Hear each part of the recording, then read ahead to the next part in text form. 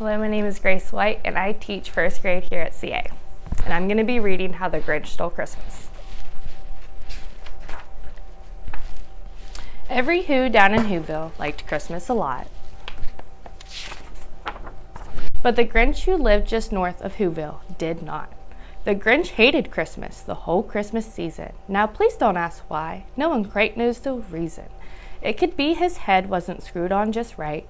It could be perhaps that his shoes were too tight. But I think that the most likely reason of all may have been that his heart was 2 sizes too small. But whatever the reason, his heart or his shoes, he stood there on Christmas Eve, hating the Whos, staring down from his cave with a sour, grinchy frown at the warm lighted windows below in their town. For he knew every Who down in Whoville beneath was busy now hanging a mistletoe wreath. And they're hanging their stockings, he snarled with a sneer, "Tomorrow is Christmas, it's practically here." Then he growled with his Grinch fingers, nervously drumming, "I must find some way to stop Christmas from coming." For tomorrow he knew all the Who girls and boys would wake bright and early, they'd rush for their toys. And then, oh the noise, noise, noise. That's one thing he hated, the noise, noise, noise. Then the Whos young and old would sit down to a feast, and they'd feast and they'd feast and they'd feast, feast, feast. They would feast on Who pudding and rare Who roast beef, which was something the Grinch couldn't stand in the least. And then they'd do something he liked least of all. Every Who down in Whoville, the tall and the small, would stand close together with Christmas bells ringing. They'd stand hand in hand, and the Whos who would start singing. They'd sing and they'd sing and they'd sing, sing, sing, sing. And the more the Grinch thought of this Who Christmas sing, the more the Grinch thought, I must stop this whole thing. Why, for 53 years I've put up with it now. I must stop this Christmas from coming. But how? Then he got an idea, an awful idea. The Grinch got a wonderful, awful idea. I know just what to do. The Grinch laughed in his throat, and he made a quick Santa Claus hat and a coat. And he chuckled and chuckled. What a great Grinchy trick! With this coat and this hat, I look just like Saint Nick. All I need is a reindeer. The Grinch looked around, but since reindeer are scarce, there was none to be found. Did that stop the old Grinch? No, the Grinch simply said, if I can't find a reindeer, I'll make one instead. So he called his dog Max. Then he took some red thread and he tied a big horn on the top of his head.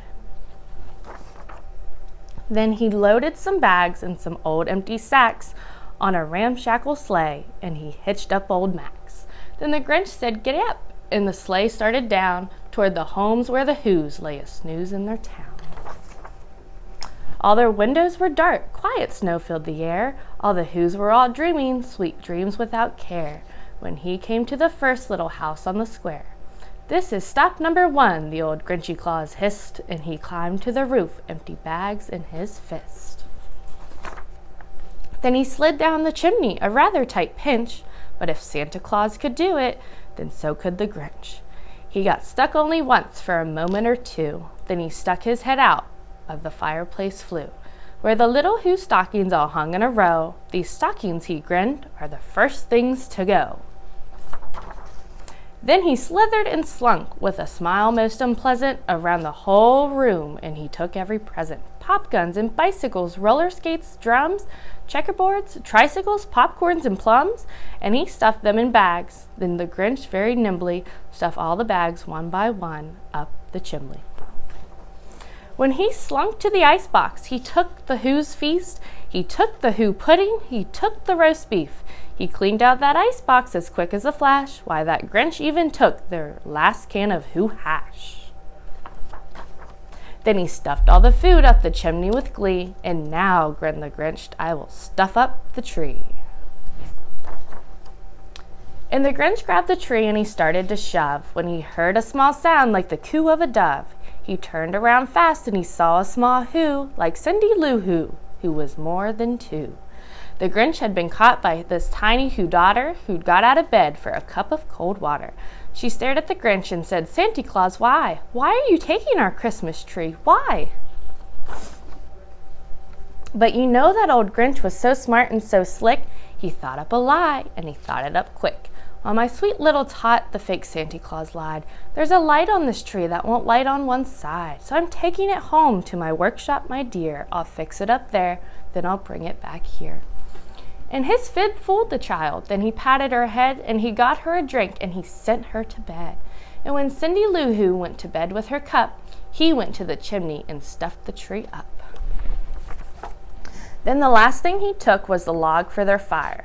Then he went up the chimney, himself the old liar. On their walls he left nothing but hooks and some wire. And the one speck of food that he left in the house was a crumb that was even too small for a mouse. Then he did the same thing to the other Who's houses, leaving crumbs much too small for the other Who's mouses. It was 1/4 dawn, all the Who's still abed, all the Who's still a snooze when he packed up his sled.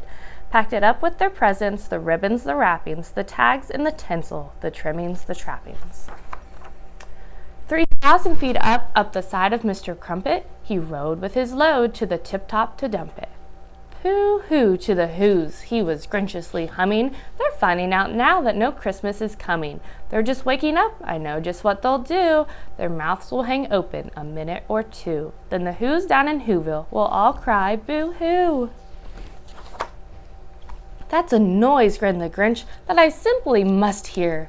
So he paused, and the Grinch put his hand to his ear. And he did hear a sound rising over the snow. It started in low, then it started to grow. But the sound wasn't sad, while this sound sounded merry. It couldn't be so, but it was merry very. He stared down at Whoville, the Grinch popped his eyes. Then he shook. What he saw was a shocking surprise. Every Who down in Whoville, the tall and the small, was singing without any presents at all.